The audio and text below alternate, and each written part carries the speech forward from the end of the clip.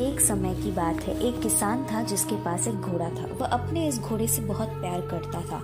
उसे अपने घोड़े पर बहुत गर्व था, जो किसान की कमाई का जरिया भी था।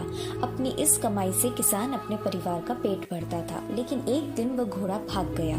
उसके भागने के बाद समाज के लोग और उस किसान के पड़ोसी उसके पास आकर उससे कहने लगे, हे भगवान, तुम्हारा घोड़ा जिस पर तुम्हें बहुत घमंड था वह तो भाग गया। उसको सांत्वना देने लगे कि उसके साथ बहुत बुरा हुआ। लेकिन किसान ने उनका जवाब बहुत ही सहजता से देते हुए कहा, हाँ, बहुत बुरा हुआ। अगले दिन घोड़ा वापस आ गया। लेकिन सिर्फ घोड़ा वापस नहीं आया, बल्कि वह अपने साथ 3 जंगली घोड़े भी लाया। फिर उसके पड़ोसी उसके पास दौड़ते हुए आए और उस किसान से कहने लगे, आपका घोड़ा आ गया और अपने साथ 3 और घोड़े भी लाया है। यह तो बहुत अच्छी बात है, आपकी किस्मत तो बहुत अच्छी है। किसान बहुत खुश हुआ, उनकी तरफ देखा, फिर उसका जवाब बहुत ही साधारण रूप से दिया और कहा, हाँ, शायद। कुछ दिनों बाद किसान का बेटा उसी जंगली घोड़े में से किसी एक को काम के लिए उपयोगी बनाने की कोशिश कर रहा था। लेकिन इस कोशिश के दौरान घोड़े ने उसे जमीन पर पटक दिया और उसका पैर बुरी तरह से टूट गया।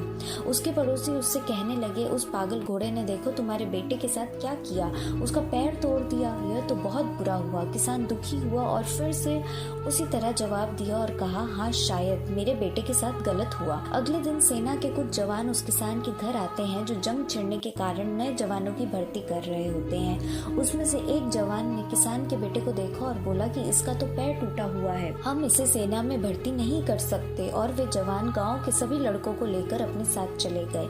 यह जानकर उसके पड़ोसी और बाकी गांव वाले उसके पास आए और बोलने लगे, तुम्हारे बेटे को तो जवान जंग के लिए नहीं ले गए, तुम्हारी किस्मत तो बहुत ही अच्छी है। इस आखिरी बार भी किसान ने फिर से बड़ी सहजता से कहा, हाँ, शायद। दोस्तों, इस कहानी से हमें यह प्रेरणा मिलती है कि हमें चीजों को नकारात्मक ढंग से सोचने में जरा भी समय नहीं लगता।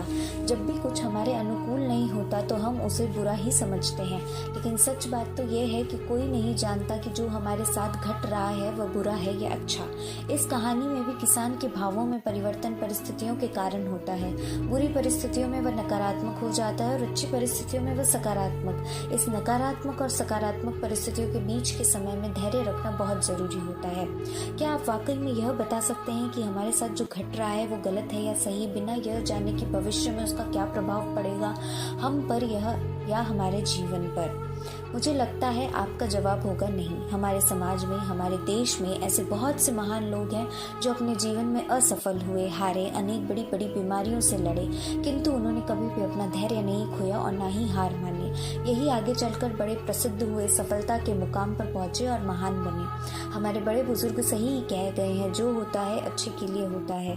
यह छोटी सी लाइन हमें बहुत कुछ सिखा जाती है और ये बात हमें कभी नहीं भूलनी चाहिए। हमेशा कोशिश करते रहो, जीवन के पथ पर निरंतर आगे बढ़ते चलो।